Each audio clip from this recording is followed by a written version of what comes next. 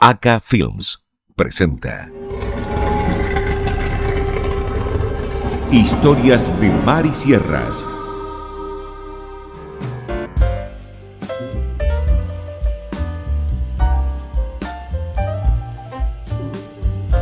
Hoy vamos a tocar un tema crítico, delicado, polémico si los hay, pero que siempre nos ha tocado de cerca y no estamos tan seguros de que seamos muy conscientes de ello.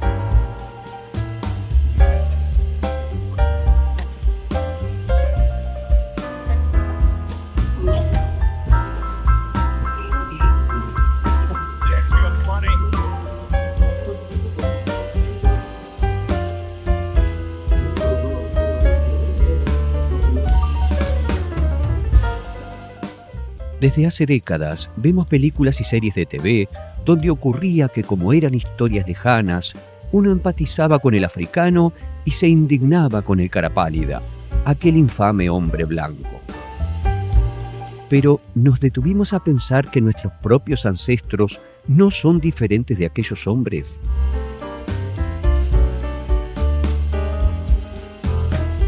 La barbarie no fue ajena a nuestro Uruguay. Y lo contaremos en un lenguaje de época, donde el término afrodescendiente no estaba implantado, y utilizarlo sería querer suavizar injustamente la historia. Fue duro, y así como fue, lo contaremos. Hoy hablaremos sobre la esclavitud en Uruguay. Filmado en 1837 por Uribe. La esclavitud es funcional al sistema mercantilista. Tampoco es extraña, digo, porque la Edad Media feudal mantuvo servidumbre y esclavitud. El cristianismo la veía como algo incómodo y hasta que no se produce la conquista de América, que los españoles realmente debaten sobre sí o no a la esclavitud del indio, tempranamente la reina Isabel de Castilla va a abolir la esclavitud entre sus vasallos, pero se sustituyó con otras formas de servidumbre, como es el caso de las encomiendas, que es un evento bien rico en la historia de la colonización y la conquista de América del Sur. ¿Por qué y para qué?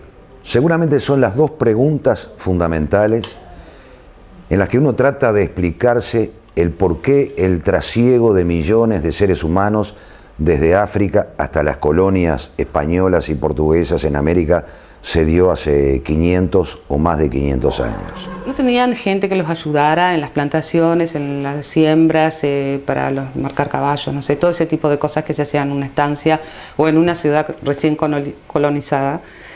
Tenían a los indios, pero a los indios empezaron a diezmar, los empezaron a matar con todas las epidemias que fueron contagiadas por ellos mismos, por los mismos conquistadores, y se quedaron sin mano de obra. Y fue necesario esa mano de obra que ya no existía al haber fallecido tantos naturales, suplirla con algo.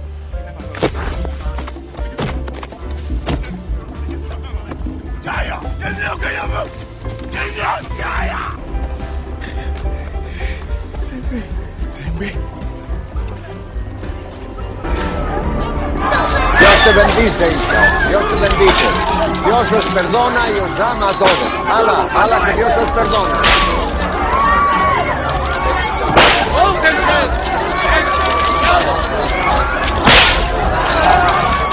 Allá sí los seleccionaban, traían la gente que era los hombres más robustos, más jóvenes, las mujeres también más jóvenes, inclusive alguna niña también traía, adolescente, toda esa gente que podía trabajar, fue por la mano de obra. O sea, como vos vas hoy y compras un burro, un caballo que lo precisas para trabajar. Eso fue lo que pasó con los negros. Posteriormente es una de las ventajas comerciales que la Casa de Borbón le concede a Montevideo el ser puerto negrero para toda la región. Las redadas realizadas tanto en la costa como en el interior de África eran verdaderas cacerías humanas. O sea, se supone que eran gente civilizada, ¿verdad? Que tenían el poder en las armas, en todo, el poder en todo. Y a ellos los veían como simples, no sé, insectos que vivían en un lugar que según ellos no hacían nada. A veces también con algún jefe tribal se negociaba dándole productos que ansiaban, aguardiente, cueros y otras cosas que consideraban valiosas el jefe de la tribu o el yamán o el rey, según la locación donde fuera.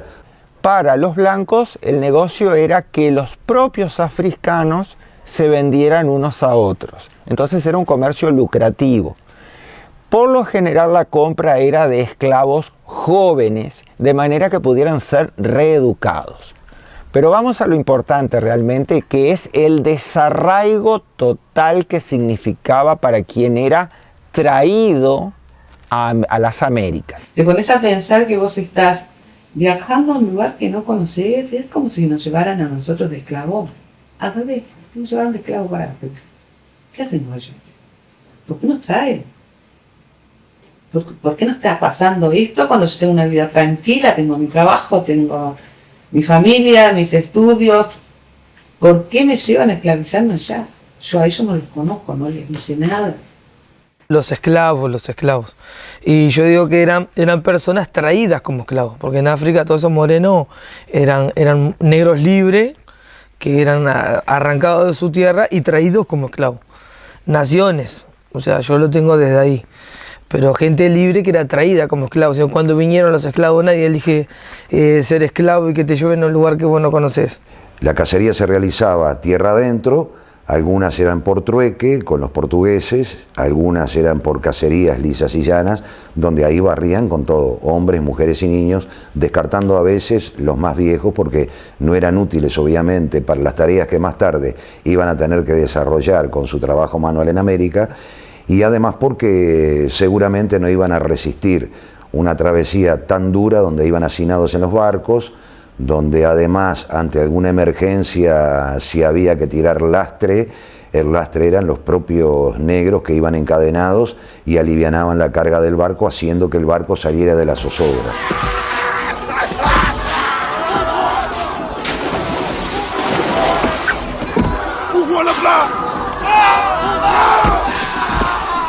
Tal vez menos conocido es el tema de que Hernandarias, además de introducir el ganado, introdujo también en el año 1608 una partida de 30 negros a la banda oriental.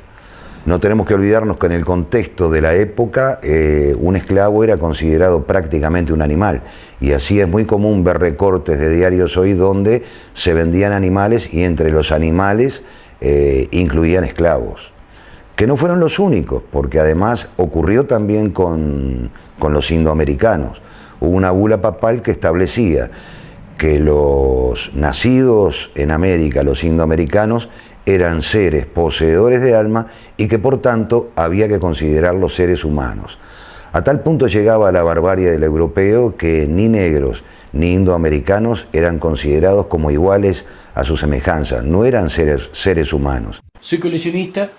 Acá tengo objetos de origen africano, algunos con mucha historia y alguna historia bastante cruel, como por ejemplo estos grilletes que supuestamente cuando los compré en un remate decían pertenecer a esclavos. Acá tengo otros que son similares, estos los compré en un remate, costaron bastante para el tiempo porque se ve que había gente que también los quería y me costó aproximadamente lo que sería hoy $300. Acá hay otros, estos son de barco, por supuesto le falta otra parte donde iban más de este tipo de... Lo importante de esto es cuando viene la gente acá, y mucha gente los ha tocado, siente como... Mucha gente no los toca, pero cuando los tocan sienten como una especie de escalofrío según manifestaciones de las personas que lo han tocado. La mujer es más sensible, algunas no se animan a tocar. Lo que me pregunto cuando veo ahora ver esto, ¿no? Que me da esta cosa tocarlo, ¿era necesario? ¿Era necesario ponerle esto a esa gente? Porque ellos no se iban a rebelar, porque no sabían cómo. Entonces pregunto, ¿dónde estaba la humanidad, no? ¿Dónde estaba la conciencia? ¿Era necesario hacer todo eso que se hizo? Me parece que no. Me parece que no por lo pacíficos que eran. ¿Dónde estaba la iglesia? ¿Dónde estaban los cristianos? ¿Dónde estaban los que vinieron a que hicieron los primeros hicieron en las iglesias, las capillitas, para rezar, ¿no? Y vos ves esto y decís, ¿dónde estaban? ¿Dónde estaban los curas y los padres franciscanos y todo eso que querían poner una religión a esa gente que no sabía ni lo que estaba haciendo? Y con esto le iban a demostrar la religión. Con esto le iban a demostrar que Dios todo lo puede y que había que rezar y la Santísima Virgen y todo, ¿no? ¿Dónde está el cristianismo? ¿Dónde está la bondad? ¿Dónde está el corazón? Fray Agustín Ramos figura en el registro parroquial con esclavos a su cargo. Doña Leonor Mendoza, la abuela de Juan Antonio Lavalleja, tenía esclavos a su cargo. El tío de Lavalleja, La Torre, también tenía esclavos a su cargo. Los Ibargoyen, los Arezzo, los Oasnávar. Me hace sentir mal ver esto. Yo cuando fui a nombrar a representante afro, todo el mundo me preguntaba por la palabra afrodescendencia y me hicieron una pregunta: ¿hay algún representante blanco? Porque ese representante negro, ¿por qué no hay un representante en una oficina, ¿verdad?, de representantes blancos? Porque no lo necesitan, ellos no necesitan demostrar nada, supuestamente. Nosotros sí. Mis padres nos criaron de una manera que nos enseñaron que los negros somos iguales a los blancos. Y lo único que nos diferencia es el color de la piel. Pero lamentablemente eso no se toma en cuenta hoy en día. No se toma en cuenta. Continuamente tenés que estar demostrando que vos sabes que vos podés hacer lo que querés hacer, lo que te venga en ganas. Vos podés estudiar, podés estar en la oficina, podés demostrar lo que vos sabés a través de tus actos y de lo que haces. Entonces, pero el poderío blanco es tan grande que ellos no necesitan un representante, ya lo tienen toda la vida viviendo. Juan Pablo II realizó en el viaje a Islas Cabo Verde, hizo un pedido de perdón por el comercio de esclavos que se había hecho sobre África. Inclusive visitó África en diferentes ocasiones. José García de Zúñiga, por ejemplo, era quien más negros tenía como amo de ellos, y llegaba a una cifra que era de 150 personas, 150 negros que dependían de su amo, que era José García de Zúñiga. Es importante tener una relación entre, que aunque cueste creerlo, pero bueno, tenemos que mirar esto con la mirada histórica y con el contexto de la época en la cual nos estamos manejando, donde una vaca valía 2 pesos con 50, y un negro de 18 años valía 250 pesos y una negra joven valía 300 pesos. Cuando un campo de regulares dimensiones, una estancia de regulares dimensiones, tenía un valor de 4.000 pesos. Eso nos lleva a hacer un parangón matemático y nos da cuenta que 10 negros equivalían prácticamente, a razón de 300 cada uno, equivalían prácticamente a una extensión bastante considerable de campo. Era realmente una forma de inversión, porque se suponía que, como iba a permanecer durante toda su vida hábil para las tareas bajo su amo, iba a rendir dividendos, una plusvalía a su amo redundante en beneficio, ya fuera en la crianza de ganado, ya fuera en la construcción, y además que también se utilizaba como moneda de alquiler. Existía un amo que tenía muchos negros y en algún momento no había alguna tarea a la cual encomendarles, y se los alquilaba a un vecino que sí necesitaba de los brazos, y de esa forma no tenía por qué tener un cargo oneroso comprando cuando podía alquilarlo, que obviamente se hacía un valor menor. En el periodo artiguista ya se forma un cuerpo de libertos. ¿Qué significa? El liberto recibía la oferta de cambiar el servicio de esclavitud por el servicio militar. Ese es el concepto de cuerpo de libertos. Ya se había formado uno en tiempos de las invasiones inglesas en Buenos Aires. Es decir, el africano, el esclavo, usado como fuerza militar. Esto es un pasaporte nacional de navegación mercantil firmado por Oribe. Esto fue en 1837. Acá ya habla a las claras, donde se decomisa el barco, si se comercializan los negros acá, o si se afinca. El reverso de este documento dice: le es privado a este buque hacer tráfico de africanos ni como esclavos ni como colonos, por ser contraria a las leyes del país, por lo que dejo prestada fianza por el valor del buque. Ahora bien, si yo libero los esclavos, los transformo en trabajadores, pasan a ser consumidores de esa producción industrial que va a crear el modelo capitalista del siglo XIX.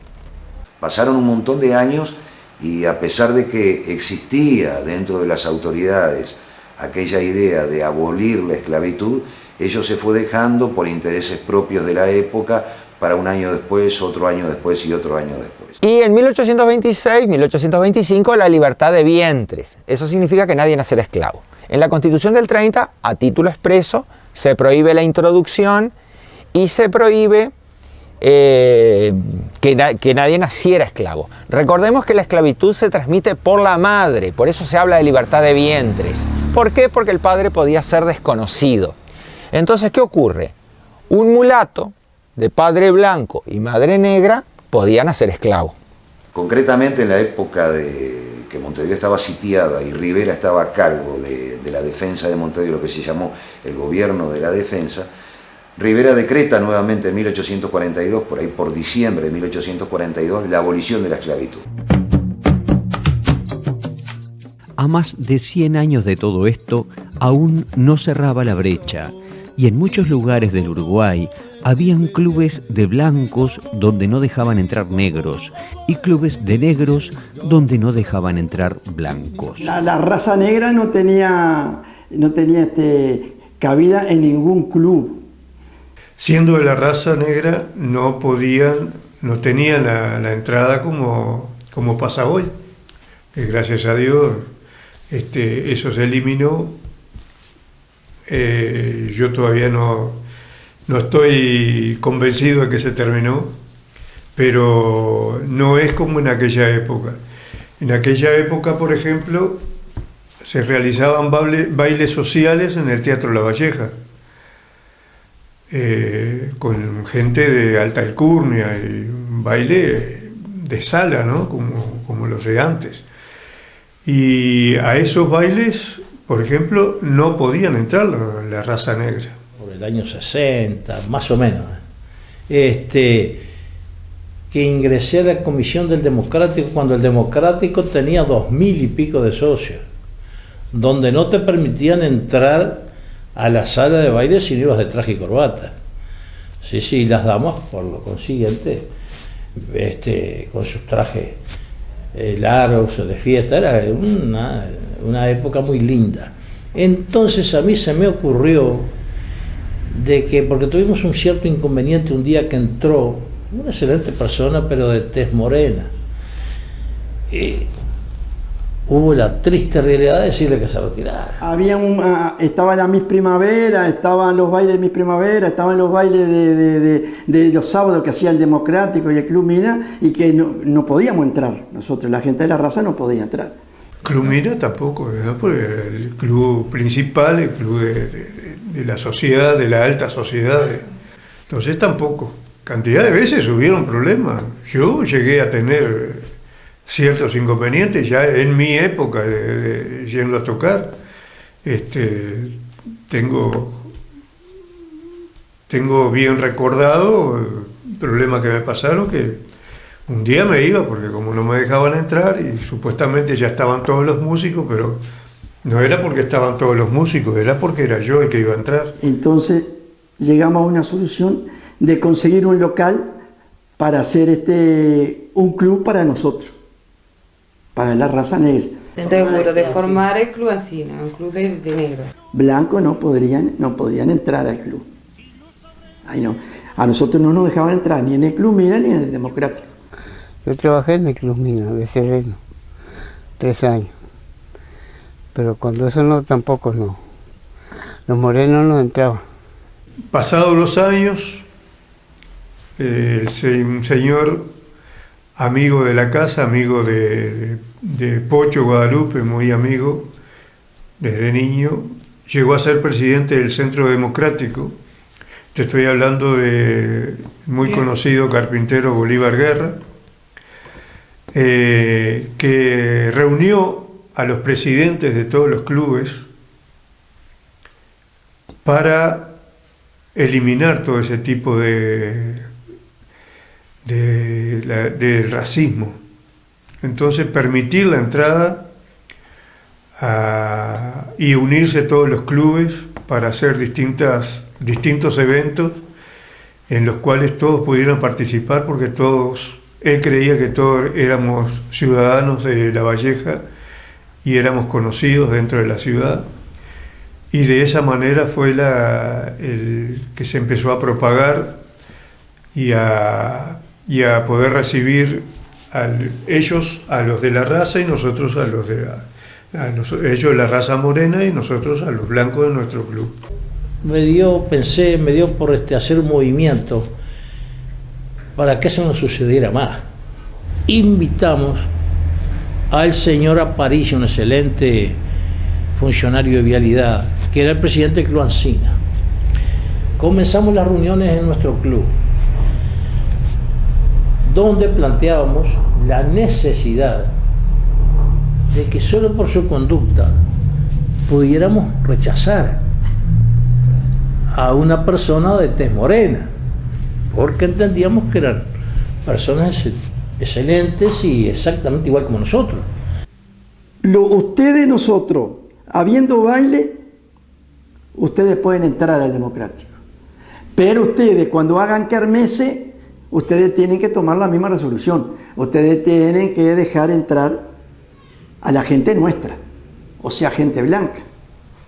Un grupo de jóvenes del Centro Social Ancina, Dios mío, qué jóvenes éramos, al ver que era conveniente formar una comisión de jóvenes, nos presentamos y hablamos con la comisión directiva. La mayoría de los negros o las negras se casaban con blancos, pero es lo más natural. Entonces no iba a entrar el hombre y la mujer, ¿no? Eso se fue cayendo por su propio peso. Tuvimos consecutivo así, 7 años, creo que duró el club. ¿Por qué? El motivo que empezó a andar mal. Porque nos vino a fracasar eso de esa proposición de este muchacho.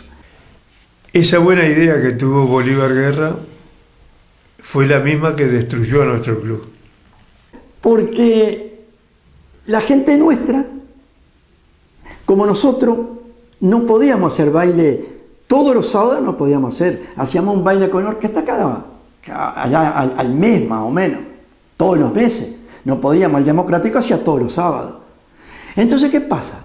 Entonces nosotros teníamos un baile de repente en el club, una kermesse, un baile. La gente nuestra, como no había orquesta, se iba para el democrático.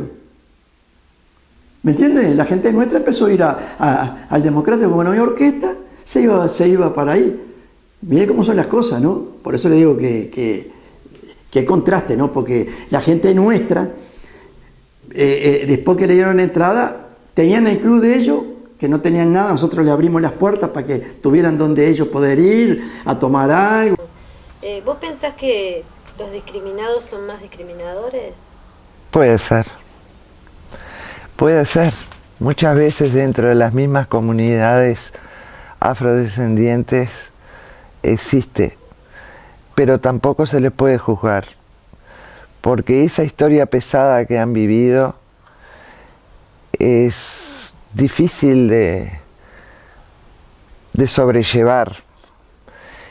Y puedo ser una de las personas que puede dar fe en ese aspecto porque sufrí discriminación desde el momento que elegí la persona que quería para el resto de mi vida, el padre de mis hijos.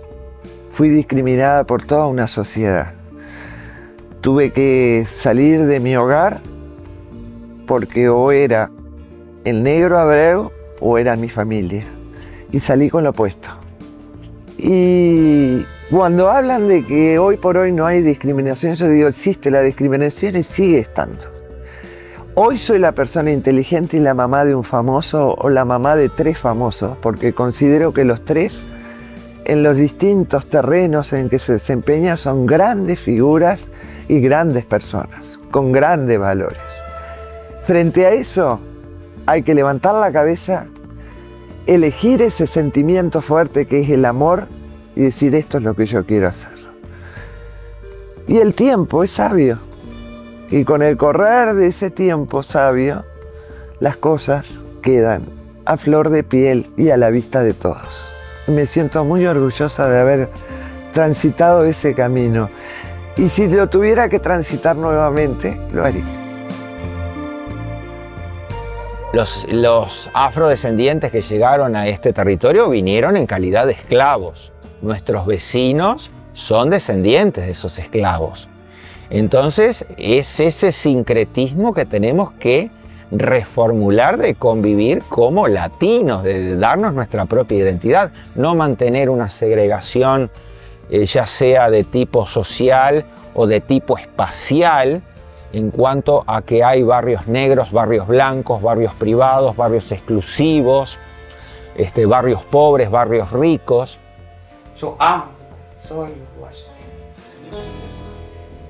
Para mí un afrodescendiente es igual a un blanco y conozco afrodescendientes de una naturaleza muy firme, de buen carácter, gente inteligente, culta, y por lo contrario conozco individuos de raza blanca que son diametralmente opuestos, que no tienen cultura, en fin, que se diferencian muchísimo. La cuestión no es de razas, sino de las condiciones que tenga cada uno como ser humano.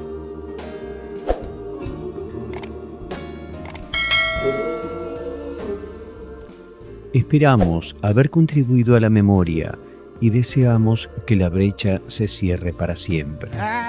Que Uruguay no tenga que otorgar derechos a nadie, ni nadie tenga que reclamarlos simplemente por el color de su piel, sino que le sean inherentes por su condición de ser humano. Yes, indeed.